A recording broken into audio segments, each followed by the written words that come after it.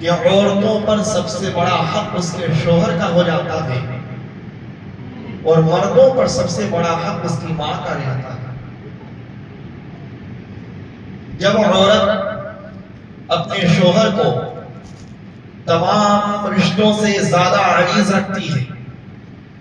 تمام تعلقات سے زیادہ محبوب اور پسندیدہ بنا کر رکھتی ہے، جب رشتے نکاح کو اپنے ذہن و فکر میں تمام اقربا اور خویش کے مقابلے میں معزز اور برتر سمجھتی ہے اور اپنے شوہر کو اپنے اوپر حاکم تصور کرتی ہے اور اپنے شوہر کی فرما برداری اور اطاعت میں زندگی بسر کرتی ہے، تو پروردگار عالم اس عورت کو قیامت کے دن شہداء کے مراتب و درجات کے مقابلے میں جگہ عطا فرمائے۔ میرے آقا نے ارشاد فرمایا جو عورت دنیا میں اپنے شوہر کے حقوق کو ادا کر کے جائے گی تو قیامت کے دن شہید میں اور اس خاتون کے بیچ میں صرف ایک درجے کا فاصلہ ہوگا۔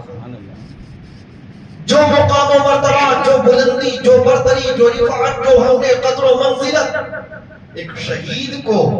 میدان کارزار میں اپنی جان عہد وفا کرنے پر عطا کیا ہے، اسی طرح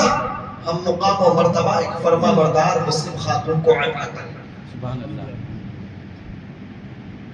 اللہ کے نبی صلی اللہ علیہ وسلم ارشاد فرماتے ہیں کہ شیطان سب سے زیادہ خوش اس وقت ہوتا ہے جب میاں اور بیوی کے بیچ میں لڑائی اور جھگڑا پیدا کر دے، جب میاں اور بیوی کے تعلقات کو برباد کر دے۔ حدیث شریف میں ہے ابلیس دریا اور سمندر پر اپنا تاج، اپنا تخت بچھاتا ہے اور اپنے تخت پر اپنے لشکروں کو جمع کرتا ہے، جمع کرنے کے بعد انہیں کام سپرد کرتا ہے۔ شام کے وقت میں شیطان کے پاس آ کر اس کے لشکر کے تمام گروہ کے لوگ اپنا اپنا کام بیان کرتے ہیں۔ کوئی کہتا ہے ابلیس آج میں نے فلاں شہر میں دنگا اور فساد کروا دیا، آج میں نے کسی کو جھوٹ بولنے پر آمادہ کیا، آج میں نے ایک شخص کو زنا کی دعوت دی، میں نے طرح طرح کے کارنامے انجام دیے۔ ابلیس اپنے لشکر کے لوگوں سے ان کے باتوں کو سن کر، ان کے اعمال کو سن کر کہتا ہے تو نے کوئی بڑا کام نہیں کیا۔ جب دوسرا سنا اس کو بھی کہتا ہے تم نے کوئی بہت بڑا کام نہیں کیا۔ اس گروہ میں ایک شیطان ملعون آ کے ابلیس کے سامنے کہتا ہے آج میں گیا تھا، میں نے میاں اور بیوی کے رشتے میں دراڑ پیدا کر دیا، ان کو میں نے الگ کر دیا، میں نے ان کو علیحدہ کر دیا، میں نے میاں اور بیوی کے رشتے کو خراب کر دیا، میں نے شوہر کو اس قدر غصہ دلایا، اس کو میں نے اس قدر زور آور بنایا، اسے میں نے تیش اور جذبات سے اس قدر لبریز کر دیا کہ آج اس نے اپنا رشتہ نکاح ختم کر دیا ہے۔ شیطان اس شخص سے خوش ہوتا ہے اور اسے اپنے تاج اور تخت کے ساتھ میں بیٹھا کر تمام گروہ کے سامنے اس کے کارنامے کو بیان کرتا ہے، دیکھو یہ ہے جس نے میرا حق ادا کر دیا۔ یہ حدیث شریف میں ہے، امام احمد ابن حنبل نے اس حدیث کو ذکر کیا۔ شیطان سب سے زیادہ خوش اس وقت ہوتا ہے جب میاں اور بیوی کے رشتے کو نازک بنایا جائے، کمزور بنایا جائے اور انہیں ہر اعتبار سے ختم کرنے کی پوری کوشش ہو جائے۔ اے میرے عزیزوں، پتہ یہ چلا کہ رحمان کی خوشی اس میں ہے کہ ہم رشتے نکاح کی قدر و منزلت کو برقرار رکھیں اور اس کو محبت و الفت سے اس کی سچائی کریں، اور شیطان کی خوشی اس میں ہے کہ رشتے نکاح کو برباد کر دیا جائے۔ اب بندہ مومن چاہے تو رحمان کو خوش کرنے والا کام کرے، چاہے تو شیطان کو خوش کرنے والا کام کرے۔ میرے عزیزوں، اللہ کے نبی صلی اللہ علیہ وسلم نے عورتوں کی تربیت کے جو طریقے ہمیں عطا کیے، فقہا نے ان 4 طریقوں کو قرآن و سنت کی روشنی میں بیان کیا کہ اگر تمہاری عورت کبھی شریعت کی خلاف ورزی کرے، کبھی گناہ کی طرف جانے کی کوشش کرے، اگر وہ بے اطاعت گزار بنے، نافرمان بنے، تو تم ان کی اصلاح ان 4 طریقوں میں سے اسٹیپ بائی اسٹیپ کرتے چلے جانا۔ میرے آقا نے ارشاد فرمایا وَعَاشِرُهُنَّ بِالْمَعْرُوفِ، قرآن کی روشنی میں اے ایمان والو، تم اپنی عورتوں کے ساتھ سب سے پہلے نمبر پر حسن معاشرت برتنا، حسن معاشرت، ان کے ساتھ بہترین برتاؤ کرنا، بہترین عمل کا اظہار کرنا،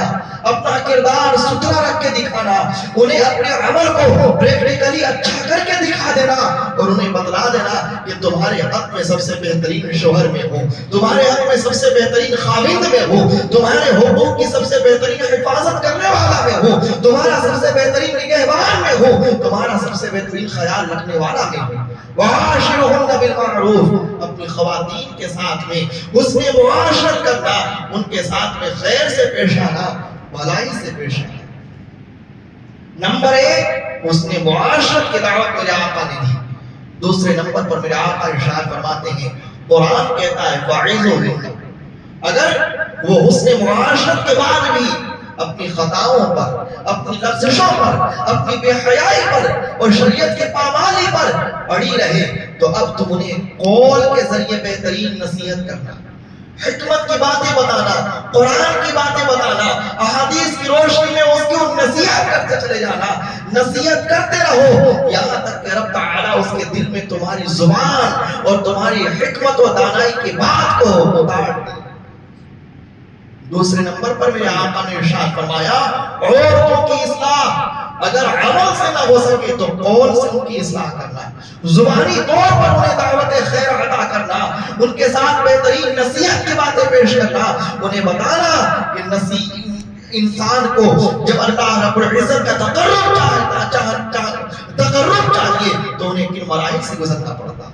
خدا کی بزرگی اور برتری وہ حاصل کرنا چاہتا ہے تو کن مراحل سے انہیں گزرنا پڑتا ہے، تم انہیں نیک راستے پر آنے کی دعوت دینا، وَعِظُوهُنَّ، تم انہیں بہترین نصیحت کرنا۔ جب بہترین نصیحت کرنے کے بعد بھی وہ عورتیں اپنی بد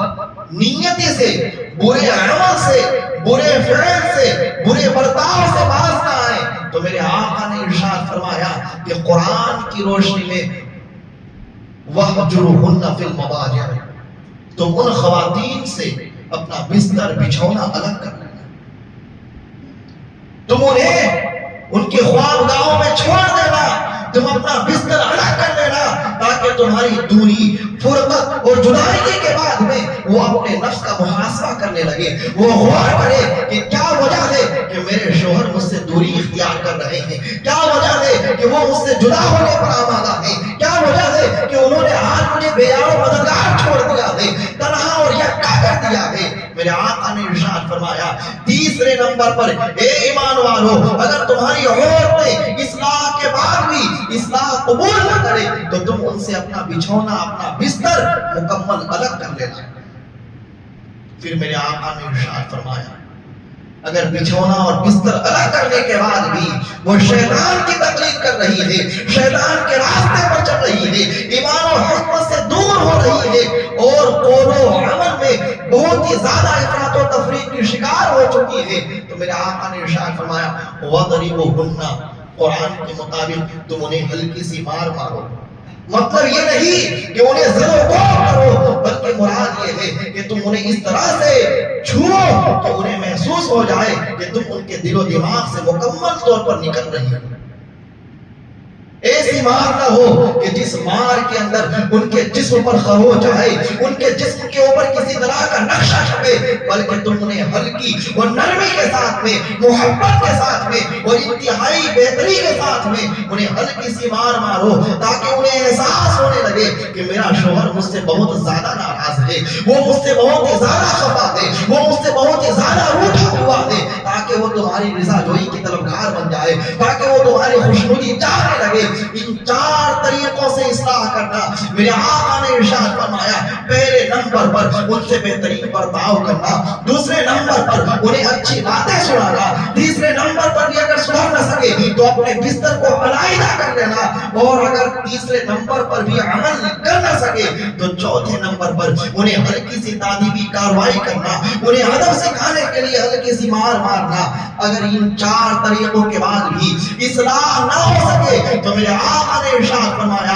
بیدہ عقدۃ النکاح، اے ایمان والو، اے مردوں تمہارے ہاتھ میں نکاح کی گرہ ہے، تمہارے ہاتھ میں نکاح کا رشتہ ہے، تمہارے ہاتھ میں نکاح کی رسمی ہے۔ اب اگر تم اپنی عورتوں کو نکاح کی گرہ سے آزاد کر دیتے ہو تو پروردگار عالم تم سے قیامت میں مواخذہ نہیں فرمائے گا، قیامت میں تم سے حساب و کتاب نہیں ہوگا۔ میرے آقا نے ارشاد فرمایا جو شخص بغیر کسی عذر کے بلا وجہ اپنی عورتوں کو طلاق دیتے ہیں، رب تعالی قیامت کے دن ان سے انتہائی ناراضگی ظاہر فرمائے گا۔ میرے آقا نے ارشاد فرمایا، حضرت جابر بن عبداللہ اس حدیث کے راوی ہیں، میرے آقا نے فرمایا جابر سنو، رب تعالی کو غلام کے آزاد کرنے سے زیادہ پسندیدہ دنیا میں کوئی عمل نہیں۔ خدا کے یہاں سب سے زیادہ محبوب اور پسندیدہ عمل یہ ہے کہ ایک انسان کو غلامی سے آزاد کر دیا گیا۔ اور پھر میرے آقا نے ارشاد فرمایا اور اللہ کے نزدیک طلاق دینے سے زیادہ ناپسندیدہ کوئی عمل نہیں۔ میرا رب طلاق دینے کو، رشتے نکاح کو مٹانے کو سب سے زیادہ اپنی بارگاہ میں مبغوض رکھتا ہے، ناپسندیدہ رکھتا ہے، معیوب رکھتا ہے، مکروہ فرماتا ہے۔ اب ان 4 طریقوں سے میرے آقا نے امت مسلمہ کو اصلاح کرنے کی تعلیم عطا فرمائی۔ اس کے بعد کہا کہ اگر طلاق دینا چاہتے ہو الطلاق مرتان فإمساک بمعروف او تسریح بإحسان۔ اے امت مسلمہ سنو، رب تعالیٰ قرآن میں ارشاد فرماتا ہے 2 مرتبہ طلاق دے سکتے ہو، 2 مرتبہ طلاق دینے کے بعد یا اگر اس کی اصلاح ہو جائے تو اسے اپنی نگاہ میں لوٹا سکتے ہو، اور اگر اس کی اصلاح نہ ہو تو تم خیر کرتے ہوئے، بھلائی کرتے ہوئے انہیں رشتے نکاح سے آزاد کر دو۔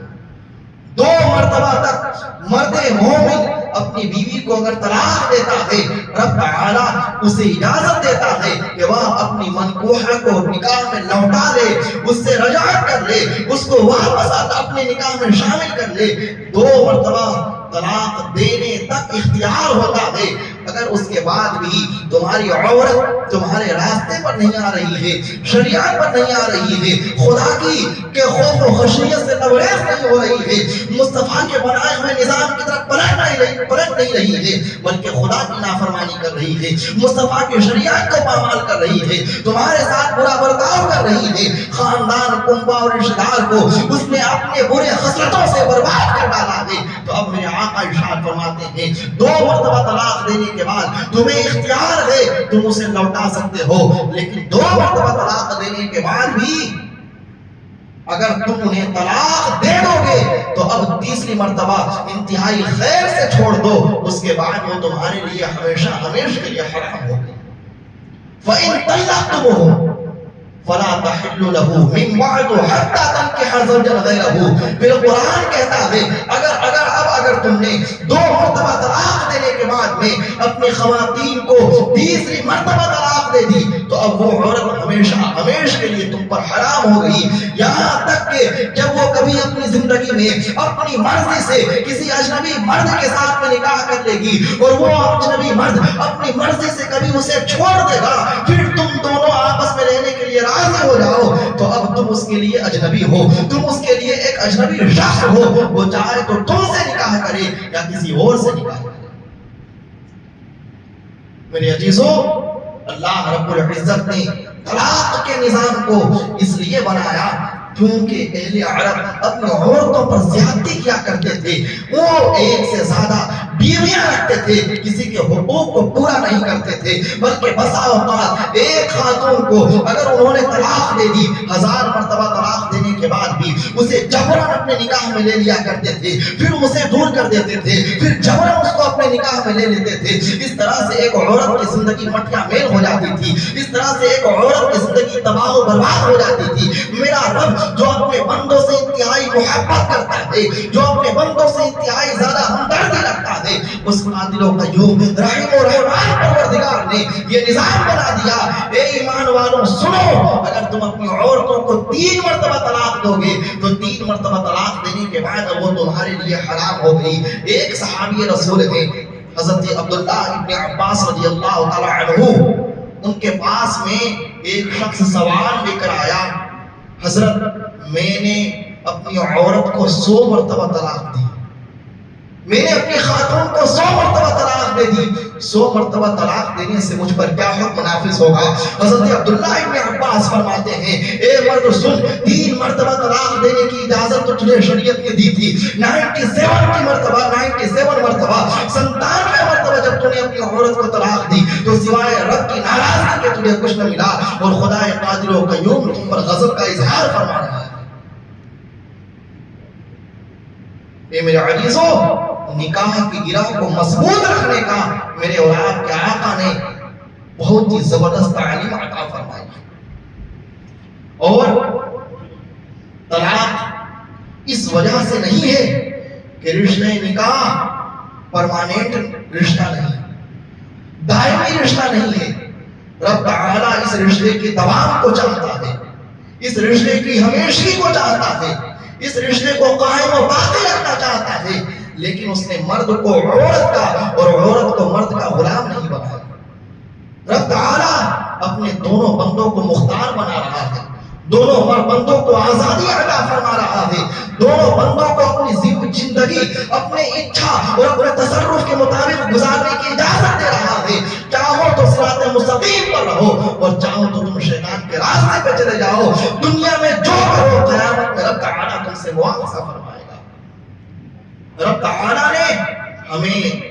طلاق اور نکاح کے اندر تصرف دیا ہے، اختیار عطا فرمایا ہے۔ اس رشتہ نکاح کو اگر قرآن و سنت کی روشنی میں باقی رکھتے ہوئے چلتے ہیں تو قیامت میں رب تعالیٰ ہم سے راضی ہوگا، اور اگر اس رشتہ نکاح کو قرآن و سنت کی روشنی میں نہ لے کر چلیں تو قیامت کے دن ہم سے مواخذہ ہوگا۔ ایک بہت بڑے اللہ کے ولی ہیں، ان کا واقعہ بیان کر کے میں اپنی گفتگو تمام کر دوں گا۔ وہ امام غزالی رحمت اللہ تعالی علیہ کے دور میں تھے، ان بزرگ کا بڑا شہرہ تھا،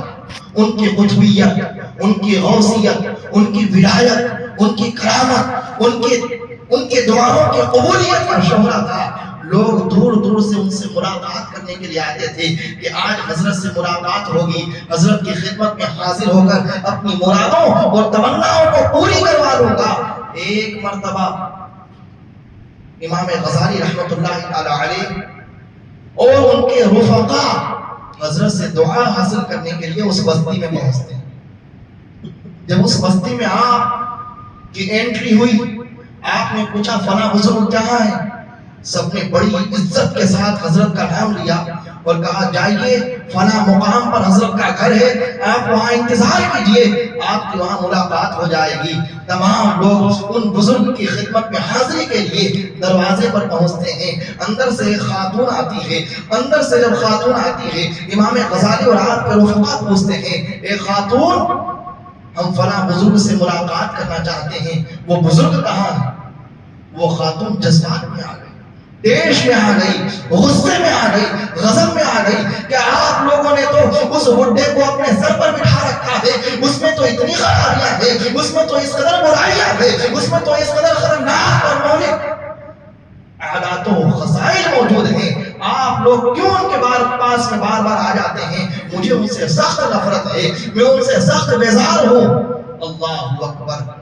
انہوں نے جب ان کے گھر جا کر دستک دی، اندر سے عورت نے نکلنے کے بعد میں ایک نہیں 1000 برائیاں، اور وہ بھی ان معززین کے سامنے بیان کی جو حضرت کے لیے اپنے دل و دماغ میں محبت کا گلاب کھلا کر آئے تھے۔ اللہ اکبر! جیسے ہی آپ لوگوں نے اس خاتون کی زبان سے ان تمام باتوں کو سماعت کیا تو سماعت کرنے کے بعد میں حضرت امام غزالی اور آپ کے رفقا نے طے کیا کہ اب ہم ان سے ملاقات نہیں کرنا چاہتے ہیں، چلو یہیں سے روانہ ہو جاتے ہیں۔ اللہ اللہ کی شان. جیسے ہی وہ اپنے گھر سے روانہ ہوئے دیکھا کہ ایک عصا پکڑے ہوئے بزرگ سفید پوش انتہائی حسین و جمیل چہرے والا وہاں واپس ہو رہا ہے. آپ نے پوچھا آپ لوگ یہاں تشریف لائے ہیں, پہلی مرتبہ آپ کو دیکھ رہا ہوں, کیا وجہ ہے؟ انہوں نے کہا ایک مرد ہے جس سے ملاقات کا ارادہ تھا, ان کے بڑے چرچے تھے, ان کا بڑا شہرہ تھا, ان کے بڑے قصے تھے, لیکن آج اس بستی میں آنے کے بعد سمجھ میں آیا ان کا مقام کیا ہے, ان کا مرتبہ کیا ہے, ان کی حقیقت کیا ہے. ان کی بیوی نے ان کے اوپر پڑے ہوئے تمام پردوں کو کھول کر رکھ دیا. اللہ اکبر. وہ بزرگ سنتے گئے, مسکراتے گئے, سنتے گئے, تبسم فرماتے گئے, سنتے گئے, خوش ہوتے رہے. انہوں نے کہا, امام غزالی نے پوچھا حضرت آپ کون ہیں؟ کہا جتنی صفتیں تم سن کے آ رہے ہو وہی میں ہوں, جن کے بارے میں تم نے اتنا کچھ سنا ہے وہ آدمی میں ہی ہوں. اللہ اکبر. امام غزالی نے جب ان کے چہرے کی زیارت کی اور ان کے عادات و اطوار کو دیکھا, ان کے نرم لہجے کو دیکھا, دیکھنے کے بعد ان کی دستبوسی کرتے ہیں, کہتے ہیں حضرت آپ نے جب آپ کی عادتیں اتنی خوبصورت ہے تو آپ کا کردار کتنا اچھا ہوگا, آپ کا اخلاق کتنا اچھا ہوگا, آپ کی صبح و شام کتنی اچھی ہوگی, لیکن آپ کی بیوی تو آپ پر بڑا غضب ظاہر کرتی ہے, آپ سے بے انتہا نفرت کرتی ہے, آپ پر بے انتہا غضب کا اظہار کرتی ہے. آپ کو یہ مقام و مرتبہ ملا کیسے؟ میں دیکھتا یہ ہوں کہ آپ کی بیوی آپ سے نفرت کرتی ہے پھر بھی آپ اس کو اپنے نکاح میں برقرار کی رکھے ہوئے ہیں. حضرت نے جواب دیا مسکراتے ہوئے, اے غزالی سن, خدا کی قسم جب سے میں نے اس سے نکاح کیا اور اس کی اذیتوں پر صبر کیا ہے, صبر کے صدقے میں رب تعالیٰ نے مجھے یہ مقام بخش دیا ہے. جب سے میں صابروں کے گروہ میں شامل ہوا ہوں اور میں نے اس کی تمام بری عادتوں پر ہمیشہ صبر کرتا ہوا چلا ہوں, تو رب تعالیٰ نے اس کے صبر کے صدقے و طفیل میں مجھے اپنا تقرب عطا فرما دیا, مجھے اپنا محبوب بنا دیا ہے. اس نے مجھے یہ منزل عطا فرما دی ہے, اس نے مجھے یہ درجہ عظمہ بخش دیا ہے. اب جب بھی وہ مجھ سے ناراضگی ظاہر کرتی ہے میں سمجھتا ہوں کہ میرا رب مجھے ایک درجہ اور بلند کر رہا ہے, ایک درجہ اور اٹھا رہا ہے. اب میرا صبر بڑھتا جا رہا ہے اور مقام محبوبیت پر میں فائز ہوتا چلا جا رہا ہوں. عزیزان گرامی, ہمارے بزرگوں کی تاریخ اٹھا کے دیکھیے, انہوں نے رشتے نکاح کو نازک نہیں بنایا بلکہ صبر کی بھٹی میں اپنے آپ کو جھلستے رہے, اپنے آپ کو چلاتے رہے, یہاں تک کہ صابرین کے درجے پر فائز ہو گئے. اور اب تعالیٰ قرآن میں فرماتا ہے وَبَشِّرِ الصَّابِرِينَ, اے میرے محبوب پیغمبر اپنی امتوں میں جو صبر کرنے والے انہیں بشارت دے دیجئے, انہیں مژدہ سنا دیجئے, انہیں پیغام عطا کر دیجئے. یہ صبر کرنے والے کون ہیں؟ یہ صبر کرنے والے وہ ہیں رب تعالیٰ فرماتا ہے الذین اذا اصابتهم مصیبۃ قالوا انا للہ و انا الیہ راجعون. یہ صبر کرنے والے وہ ہیں کہ جنہیں جب دنیا میں کوئی مصیبت ملتی ہے, کوئی پریشانی ملتی ہے, کوئی تکلیف ملتی ہے تو وہ سیدھا کہتے ہیں انا للہ و انا الیہ راجعون. اے اللہ ہمارا جینا بھی تیرے لیے, ہمارا مرنا بھی تیرے لیے, ہماری صبح بھی تیرے لیے, ہماری شام بھی تیرے لیے, ہماری دنیا بھی تیرے لیے, ہماری آخرت بھی تیرے لیے, ہمارا